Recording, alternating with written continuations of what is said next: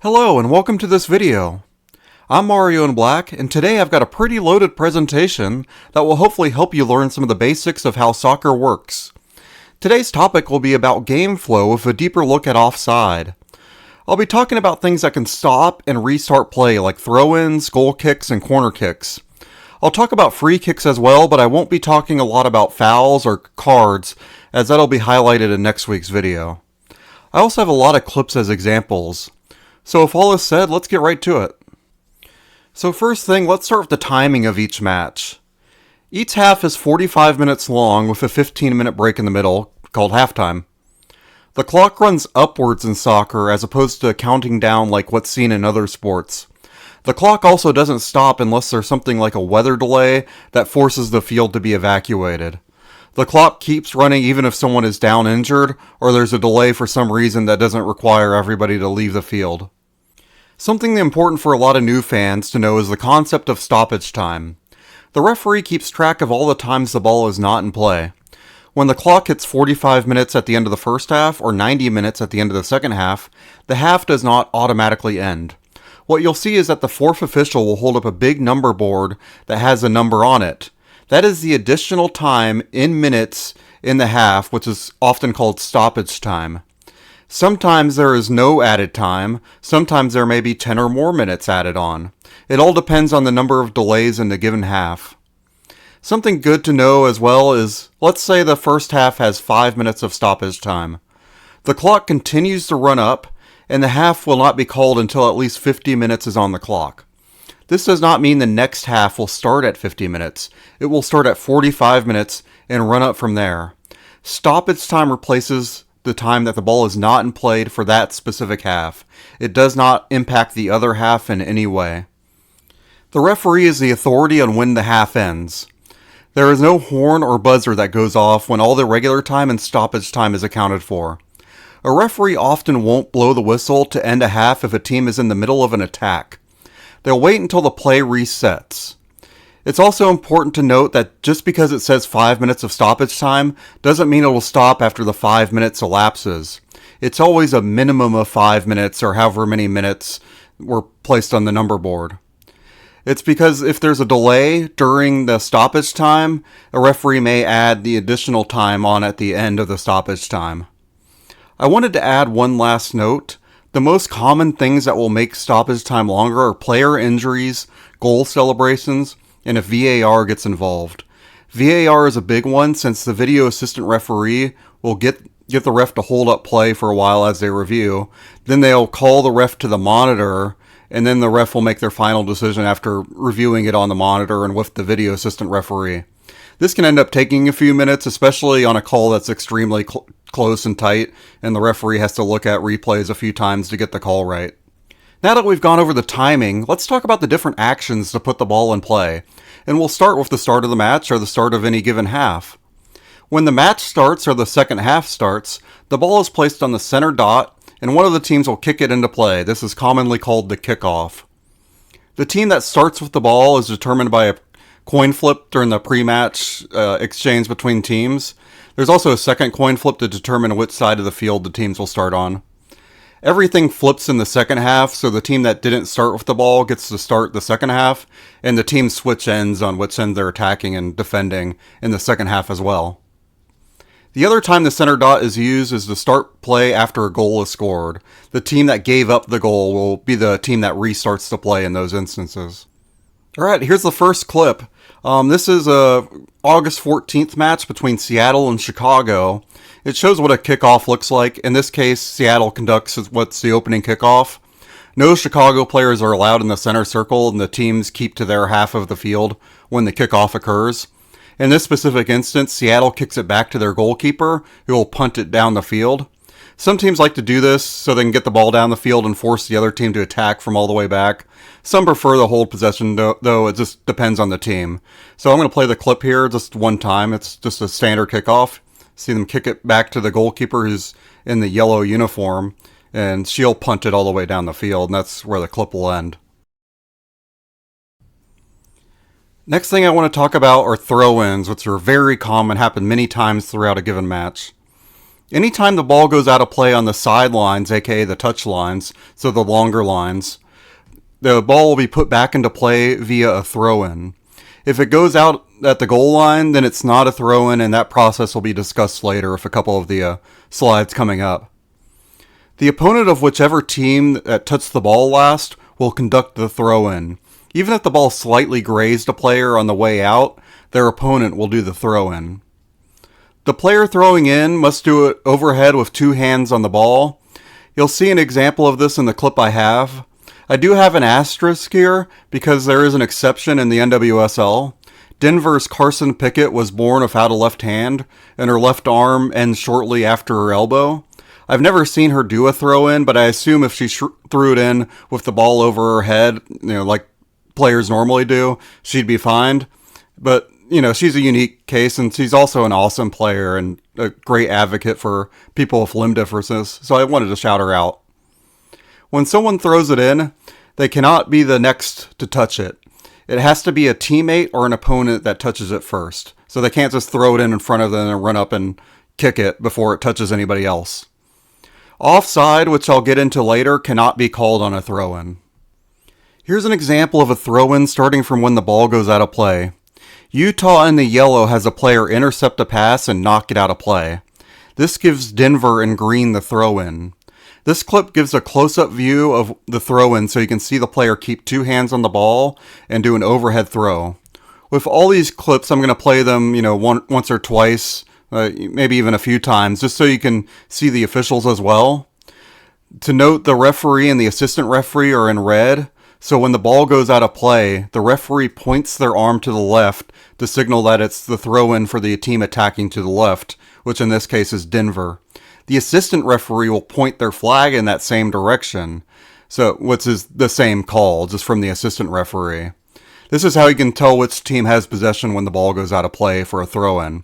So I'm going to play the clip here, and you'll see the ball goes out of play. The player in yellow kicks it out of play, and you'll see the player in green goes and retrieves the ball, right before the replay. And here she has the ball, and she's going to throw it in, two hands overhead, and it'll go down the field. And she actually threw it so far, it ended up going past the goal line, which will end up being a goal kick, and I'll talk about that actually on the next slide. But let me replay it one more time. So you see the player run up to the ball, kick it out of play. Then the Denver player will go and retrieve it since it's their possession, and you'll see her throw it over her head. She's trying to throw it to her teammate or at a position where her teammate can get it and be in a good spot, but in this case it doesn't quite work out. Next up, I'd like to talk about goal kicks, which happens pretty often in a match as well. The throw-ins were when the ball went out at the sideline. Goal kicks will happen when the ball goes past the goal line. Specifically, they happen when the attacking team is the last to touch the ball when it goes past the goal line that they're attacking. If the ball does not go into the net, in these cases it becomes a goal kick, and if it does go into the net, well, then it's a goal. When a goal kick is called, the defending team will place the ball in the 6-yard box, which is also known as the goal box. From there, the ball will be kicked to restart play. This will often be done by the goalkeeper, but it doesn't always have to be the goalkeeper. The opposing team cannot be in the penalty area when the goal kick occurs. And as with throw-ins, offside cannot be called on a goal kick. So I have a couple of examples from an August 8th match between the Houston Dash, who are in the darker colored jerseys, and the Kansas City Current, who are in the lighter colored jerseys. So Houston, in this case, has the ball and they're attacking toward the Kansas City net. You'll see in this clip that a Houston player will try to pass it toward a teammate, but they put a little too much on the pass, and it will roll beyond the goal line for a goal kick. I cut a bit in the middle to show the goalkeeper placing the ball down and kicking it immediately. You'll see that she'll place the ball on the line of the goal box, and then she'll immediately restart play. So I'm going to play the clip. The Houston player has it, and she's about to pass it, but put a little too much on it. It's going to go out of play. Goalkeeper goes to retrieve it, and then it's just going to jump cut. And now she's about to place the ball on the line of the goal box and immediately restart play. Just kick it right away. Play's restarted. That's a goal kick. Before I play this again, there's a short bit where you can see the referee signal here, and the assistant referee is off the screen.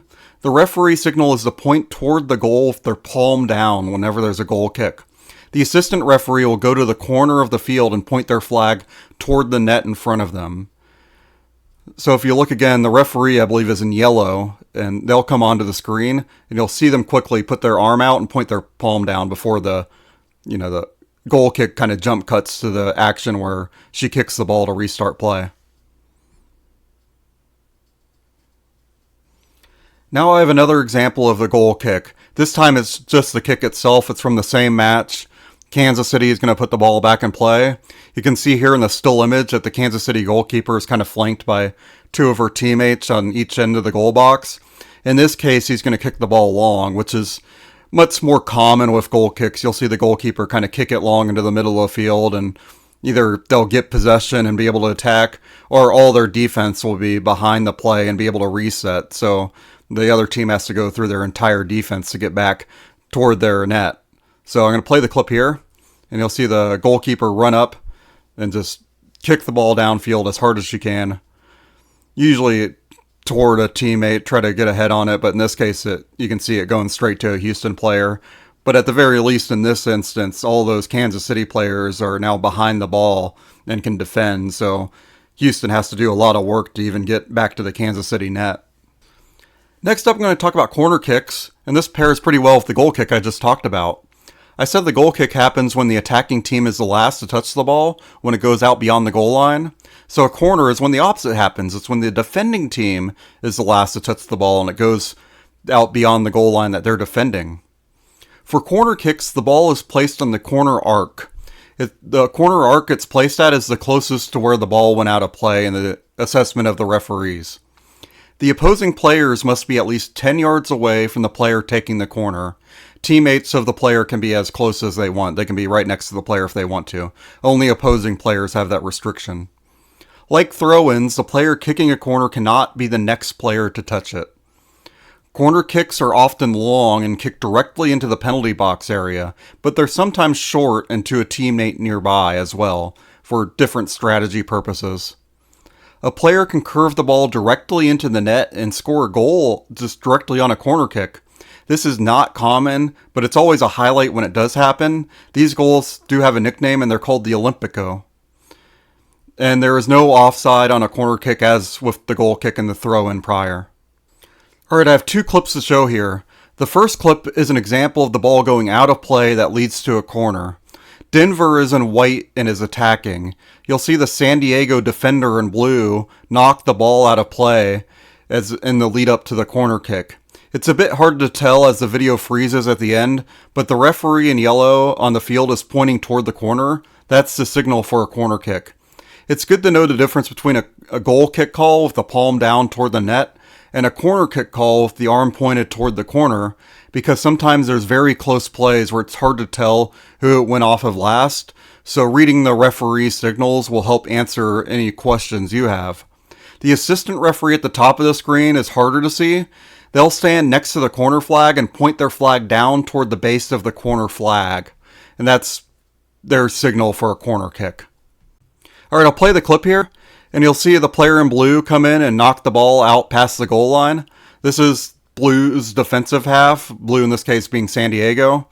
The referee in this still has their arm pointed out toward the corner flag, and the assistant referee is, it's hard to see because it's kind of light on light, but the flag is in their right hand and they're pointing down toward the base of the corner flag. Play it for you one more time. So you can see the player in blue, they're trying to get the ball off the player in white's, possession, and they knock it out of play just so that player in white doesn't have a chance to score a goal, and they'll concede the corner kick in this case. Next is the clip of the corner itself. You'll see the Denver player in white next to the assistant referee at the top right of the screen next to the corner where the ball has been placed. Corner kicks are often a good goal scoring opportunity, and they play important roles in a match. In this case, you can see a lot of white jerseys of Denver in the box setting up to try and score, and a lot of blue jerseys for San Diego preparing to defend. This kick doesn't quite make it to the net and gets played back pretty quickly, as I'll show you here quick. So the player will come up and take the kick, and it'll be kind of a lower trajectory and end up kind of right near the near post and be kicked back out of, toward another Denver player.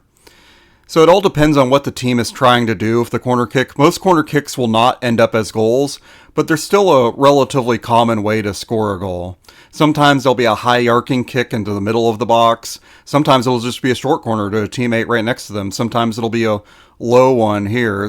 The teams try to mix it up because obviously if you do the same thing a bunch of times in a row, the defending team will kind of figure you out.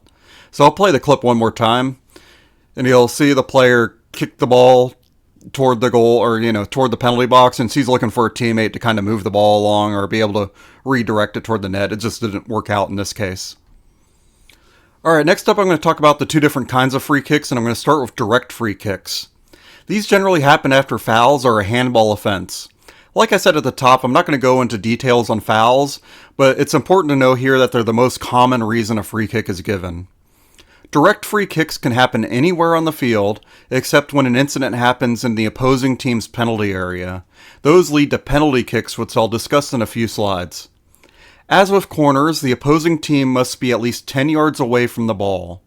When the free kick is closer toward the attacking team's net, you'll often see a referee take out a foam spray and mark the location of the ball, then walk out 10 yards and draw a line on the field the defending team cannot cross until the ball is kicked. Often these players will line up together in a wall if the free kick is at an advantageous position for the team taking the kick. A goal can be scored on a direct free kick, and a free kick near the opposing team's penalty area is considered a very good opportunity to score a goal. When a free kick is given further down the field, a team may elect to place the ball down and kick it quickly to restart play. If they do this, then they're waiving the right that the opponents have to be at least 10 yards away. So if an opponent is closer than 10 yards and they put the ball down and kick it immediately, the player still restarts.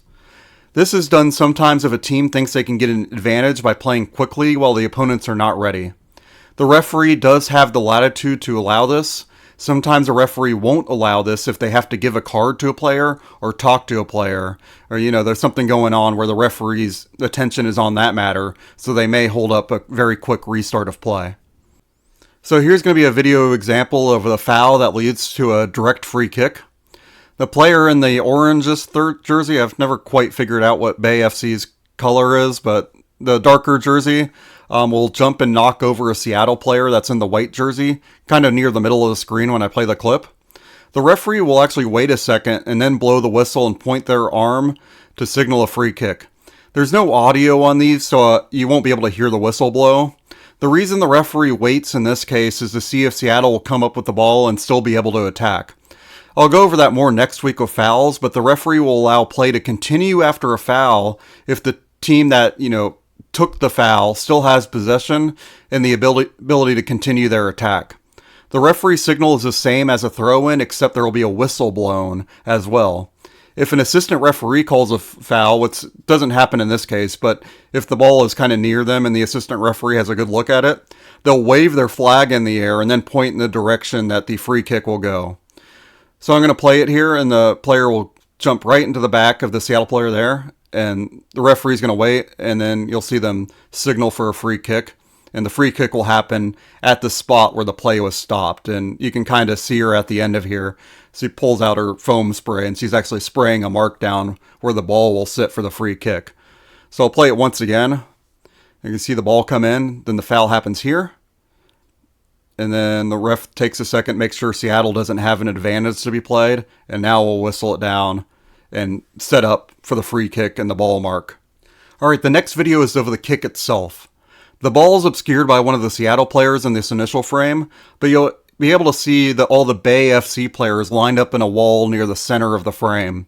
They're trying to force the person kicking to curl it over the wall or kind of around the wall, and they're basically trying to block out that part of the net. You'll see the goalkeeper is guarding the open side and hoping her teammates can use the wall to block the other side, or at least be disruptive enough that the ball can't quite curl around and misses the net in some way. So, when a free kick happens like this, the attacking team cannot have a player within a yard of the wall. For this kick in particular, Seattle tries to score. You'll see the player will kick it toward the net, but in this case they'll miss the net and kind of sky it over the net. So I'll play the clip here, runs up and kicks the ball, and this time it goes over the net. Sometimes, some players are very good at this, and they'll get the ball to curl and just kind of go right into the net. The thing with the soccer nets is that they're so large and the goalie's, only, it doesn't take up that much room that if he kick it right, there's no chance the goalie will be able to stop it. So I'll play the clip one more time as you see her run up. And in this case, he'll kick the ball over the net and it'll end up being a goal kick. Next up, I'm going to talk about indirect free kicks. They're not uncommon, but you won't notice most of them as they happen, just because they usually happen pretty far away from the attacking goal. The most common indirect free kick is for an offside offense. Offside offenses naturally happen further away from the goal that the team that gets awarded the free kick will attack.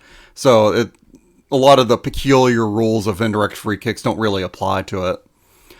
Indirect free kicks can be awarded anywhere on the field except in the opposing team's 6-yard box. They can be awarded in the opposing team's penalty area. I will say this is very rare, and it only happens really for a specific type of offense called a back pass.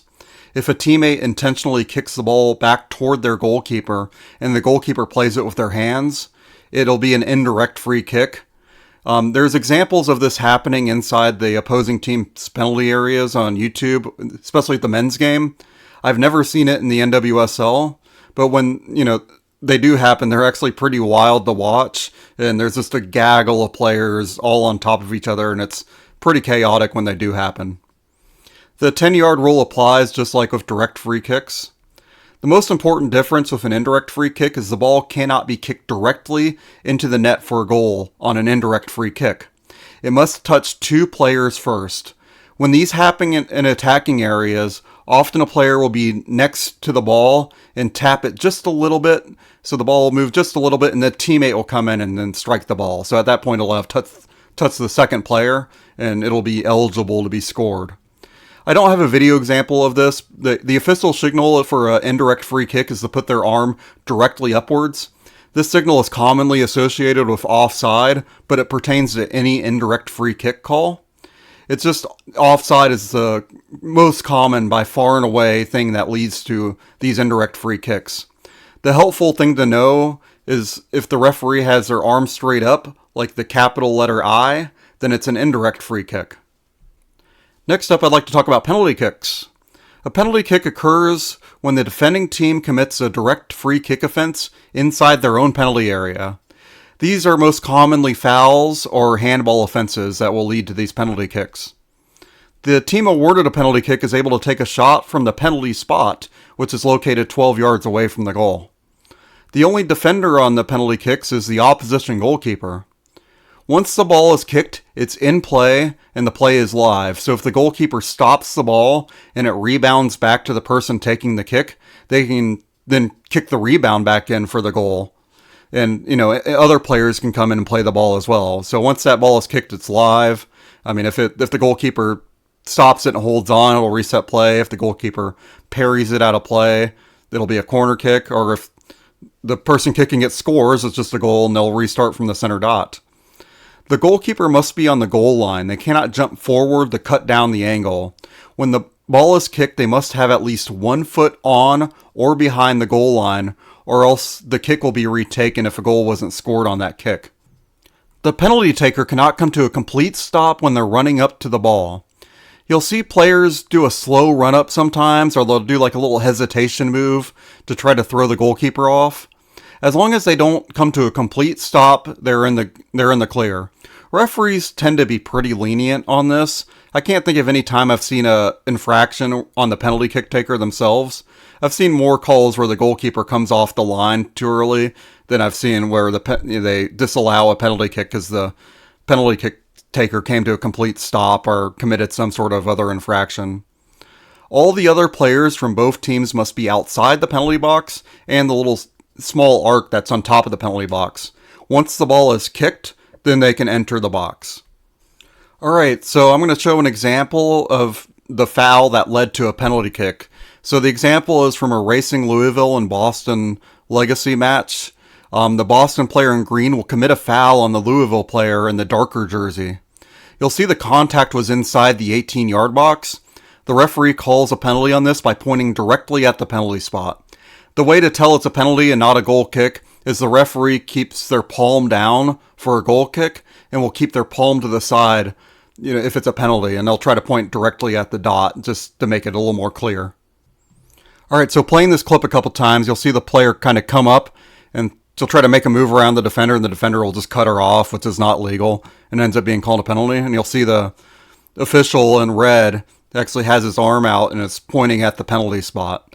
So I'll play this clip again, and she'll come up, and that Boston player in green will try to cut her off. He can't really run a pick play like that. That's not legal, and then she'll be awarded a penalty here. Now here's a clip of the kick itself. You can see from the still image that all the players are outside the box except the penalty taker, number 20 for Louisville, and the goalkeeper in the orangish color for Boston. The Louisville player will run up and take a kick, and in this instance she'll score a goal. Most penalties end up as goals, so they're very important in a match if they do occur, and they're a very good opportunity for a team to score a goal. So I'll play the clip here, and you'll see her run up, and kind of it's all in one motion, so she never comes to a complete stop once she starts her run up. And then she'll just slot it kind of toward the near post, and the goalkeeper will just miss out on diving for it. So playing it again, it's her motion doesn't start until her run up starts, so she can pause for a bit. And now she starts her run up, and she kicks it into the net, and kind of out of the reach of the Boston goalkeeper. With a lot of penalties, if you kick a penalty good enough, a goalkeeper will not be able to save it. It's just sometimes the ball won't quite go where you run it, and the goalkeeper will just get a hand on it.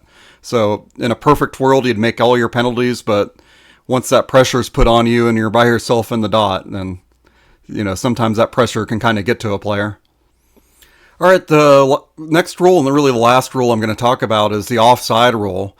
This mixes up a lot of newer fans, so I wanted to just hit on this one on its own, and hopefully you get a pretty good idea of what offside is like by the time I go through these slides and a couple of the clips and images I have for examples. There are similarities with offside in soccer and hockey, so if you watch my PWHL video, on offside and hockey, and you have a good idea about that, there are similarities, but I would recommend coming into this with a clear mind and not thinking about that too much, and just kind of thinking about it from scratch. I think that makes it a little easier. The simplest baseline I can say is that a player is in an onside position if there are two opposing players between them and the goal line. This is done in a straight line across the field. So let's say a defender is all the way on the other end of the field, but they're slightly further back than the attacker. Then that player is considered, behind the defender or in an offside position. Often one of the two defenders will be the goalkeeper, since they're naturally the player that's the furthest back for the defending team. The second part of this that kind of completes the baseline is that an attacking player, if they have any part of their body that can legally touch the ball, basically any part of their body except for the arms and the hands, and that body part is closer to the goal than the second to last defender's closest legal body part, then they are in an offside position. The last thing I want to note before getting into the last bullet and the examples is that it's not illegal for a player to be in an offside position.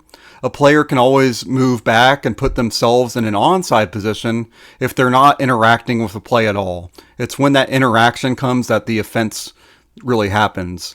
So now that we've established that, when a player is onside and when the player is offside, the next important thing to note is where the player is when the ball was last touched by a teammate. If a player is in an offside position when the ball was last touched by a teammate and they interact with the play in any way, then an offside offense will be called. I listed a few examples here of a player interacting with a play, like touching the ball, pressuring a defending player that's on the ball, and then getting in the way of a defender or goalkeeper in such a way that it has an impact on the play. I'll have some examples here, but I wanted to hammer home that a player has to be offside when the ball was last touched by a teammate. If they're in an onside position when the ball is kicked, and they outrun the defender and they're in an offside position when they retrieve the ball, then they're good to go because they were onside when that ball was last touched. If they're in an offside position, however, and then they jump back onside and retrieve the ball in an onside position, then they're actually offside because they were in an offside position when that ball was last touched. So I've got a couple images here to help out, then I'll show a couple of clips to kind of show real-time examples. But in this case, I have the two players in blue kind of further down. They're pointed one way, and then the two other players, the one in black and the one in orange, are pointed the other way. So we'll assume the two players in blue are on one team, and the player in black is a defender on the other team, and the player in orange is the goalkeeper, because the goalkeeper wears a different color than the rest of their teammates. So now I'm going to reveal the offside line that I colored red here. I've got it lined up with the back foot of the little clip art player there, as they're the second to last defender, with the goalkeeper being the last defender. So let's say the player with the ball passes to their teammate here. If the ball is last touched while the player at the bottom is behind the line that I put in here, then they're onside, even if they run past that defender and get closer to the goal line and retrieve the ball when they're past the red line. They're still good. So in this case, the player is onside because when that ball was last touched, which we're assuming is happening right now, the player is in an onside position. Now let's show the counter example of that. So I have the red line here again, but this time you can see the bottom player is part way across the line. You can see their head and their leg, which are parts that can legally play the ball, are both across the line. Now, if their teammate passes when they're in this position, then they are offside as they have legal body parts beyond the legal body parts of the second to last defender. Even if this player were to move backwards to retrieve the ball and get fully behind the line here, they're still offside because, as I mentioned earlier, and it's something that I want to hammer home pretty hard, it's when the ball was last touched by a teammate, not where they are when they get the ball. So now let's say the player is further back, but it's just the hand or the arm that's across the red line. Then they're actually in an onside position because the hand and the arm cannot legally play the ball. So I hope this laid some good groundwork, and in the next couple of slides, I'm actually going to show a couple of clips before getting to some of the other notes and exceptions with the offside. Alright, I've got a couple of clips here, actually two clips of the same play. Luckily, they actually showed a replay of this. It gets you a better angle of it. So Chicago is in the blue and white, and they're attacking the net here. Louisville is in the darker uniforms. A Chicago player will pass the ball into the penalty area. Her teammate is offside when she kicks the ball, something that'll be more clear in the second video when I get to that. The assistant referee at the top of the screen is the one that's responsible for calling offside. They run up and down the sideline, lined up with the second to last defender, so they have a clear view of where that line is when at any given moment. So when the ball is kicked, they have an idea of where the players are. Unfortunately for them, they don't get a red line like I showed in the last couple of slides. The assistant referee in this example actually waited to call offside for a few seconds here because they wanted the possession to play out. So if Chicago had, say, scored a goal right after this, then they could review the offside call and overturn it if the call was wrong. Although in this case, it was a correct call. So as I play the clip here, you'll see the player come in and kick the ball, toward the penalty area. And at the time she kicks it, her teammate is actually offside. And it'll actually take a couple seconds before the assistant referee calls it. The assistant referee, when they call offside, will put their flag straight up into the air to call the offside. And then they'll kind of point their flag toward the field, and it'll be angled based on how far away the player was that was offside. You'll also see the center referee right here in this still at the end will have their arm directly in the air, which is the indirect free kick signal because an offside leads to an indirect free kick. And most of the time you see the referee with their arm straight up into the air, it's because an offside was called. So I'm going to play it one more time. So the player will, kind of try to kick it to her teammate in the middle, but she's in an offside position. The assistant referee is going to let it play out for a couple seconds. And then once the attack play is kind of over, the assistant referee will raise their flag to stop play for being offside. Alright, I think this clip shows it a little better, and actually this freeze frame is kind of the perfect look at it. So this is basically when the ball is last impacted. You can see the Chicago player in the bottom right. She's kind of winding up to kick it into the penalty area. And you can see her teammate is on the far left, kind of on the penalty arc. And she's actually behind the two defenders, so she's in an offside position here. The only player between her and the goal is the goalkeeper. And there has to be at least two defending players there. And, in this case, it's only one. So, in this case, as the ball is being impacted, she's in an offside position. This will be a very quick clip, but you'll actually see a couple of Louisville players will actually move and she'll actually be in an onside position when she attempts to make a play on the ball. And as I keep trying to hammer home, it doesn't matter where you are when the ball gets to you. It matters where you are when the ball was last touched by your teammate. That's like the most important thing to kind of know. It's where you are when the ball was last touched. So right now she's in an offside position, and as you see when I play the clip, the two Louisville players actually come and put her in an onside position, but at this point, she's about to make a play on the ball. She's offside, so the assistant referee will eventually put up the flag for offside. I actually have another example here. It's from a Gotham FC versus Kansas City Current match that happened pretty recently, as of when this video goes up. It's another offside call that it comes up every now and then, and I wanted to highlight it because, it happened recently, and it's kind of one that happens often enough, and it'll throw off a lot of fans who are kind of not aware. You'll see here that the play is actually being reviewed. It's actually at the video assistant referee, or VAR. Gotham FC is in the light blue, and they originally were said to have scored a goal here, and the referee is checking with the VAR to see if the play is offside. The player that scored the goal is not offside, which is important to note. But the goal, however, was overturned for being offside, and I'll actually show you why as I play this clip. It's a bit of an odd camera angle with the net cam, but on the left you can see a Gotham FC player in the light blue, and then the two Kansas City players on either side of her in the darker jerseys. The ball will come through and get by the goalkeeper. And let me play the clip here real quick. So the ball is going to come through and then get by the goalkeeper. So the rule here is that the Gotham player was actually kind of, interfering in some way with the play as the ball got to the goalkeeper. As you'll see when I play the clip again, she's at the far left, and she's actually in an offside position. I know it's hard to tell with the camera angle, but she is in an offside position.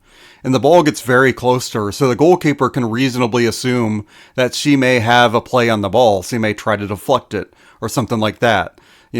So the goalkeeper kind of has to keep themselves honest because that player is there. So you can reasonably say she had an impact on the play. So as I play it for you one more time, you'll see the ball kind of comes in from behind and goes through everybody. This was called offside because she impacted the play. You don't necessarily have to touch the ball. You just have to impact the play in some way. And I actually have a still image of it here. So I've circled the player in question for a better look. It's a bit hard to tell here, but she is behind the two Kansas City players on either side of her. They will generally wave these goals off if they think the player had anything to do with potentially disrupting the goalkeeper's read of the play. If that player was offside but nowhere near where the ball traveled, or they're on the other side of the field, or kind of nowhere, it's very clear that the goalkeeper would not have been distracted by them, then the goal would have counted. You can't have a player offside when a goal happens. They just can't have had any sort of impact on the play. Alright, I know this has been a pretty long one, but this is the last slide of the video. Offside only applies to the attacking half of the field. If a player's body is behind the halfway line, then they're not in an offside position. The assistant referees actually stop at the halfway line when they run up and down the sidelines. They can't have, if they're on their own side of the halfway line, there can be no defenders closer to the goal line than them. But as long as that halfway line is in front of them, then they're good to go. I mentioned this on the slides earlier, but just as a reminder, there is no offside on a throw-in, a corner kick, or a goal kick, as long as that's the last action taken when a player gets involved in a play. If the ball tips off a teammate or anything like that, gets deflected by a teammate in any way, then they would be offside. But if the last action was that goal kick, or that throw-in, or that corner kick, then they're not offside. If a player is in an offside position and the opponent deliberately plays the ball, and then that player in the offside position retrieves it, then they're actually not offside. They have to, but the opponent has to deliberately play the ball, even if the ball doesn't go where they want it to. So say the player's offside and they're behind the defender, and the defender passes it backwards, but they don't realize that player's there, and now they've accidentally gave it to that player. Well, it's actually onside because it wasn't passed by a teammate. It can't. Now, sometimes you'll see offside will be called because say a teammate will pass it and it'll deflect off on a defending player. deflections don't count for that. If it deflects off a player, you can still be offside. It's only when the ball is deliberately played. As I mentioned in one of the clips, an assistant referee will not call offside until the attack is complete. They may call it immediately if it's really obvious, but generally they'll wait until the attack is complete to call it, just in case a goal is scored, and a potentially wrong offside call can be corrected by a review. I'll have a little grab bag video where I go over VAR and a few other things, but offside can be reviewed by the video assistant referee as seen in my last clip. It can be reviewed only in goal scoring situations. If the call was wrong but there wasn't a goal scored in the process, then it cannot be reviewed. Alright, that'll be it for today's video. Thank you for sticking it out. The one thing I didn't talk about was the drop ball. A drop ball will happen if like a player is injured on the field and the referee stops play so the player can get treatment. They'll do this if there's no attacking situation, so they'll just drop the ball in front of whatever team possesses the ball, and it's never occurs in an attacking situation, so it's not really that big of a deal. But thanks very much for watching this video. If you have any comments, leave them below. Hopefully the clips helped out. Hopefully they gave you a pretty good idea of all the different kinds of things. Next week I'm going to talk about fouls and cards a bit. I'm probably not going to have as many examples on that because fouls are kind of nebulous, but I'll talk about that and some of the kind of interesting rules around it. That video should be a lot shorter than this week, so hopefully you'll be able to watch that and won't take quite as much time. But thank you all for watching, and I hope you all have a great day.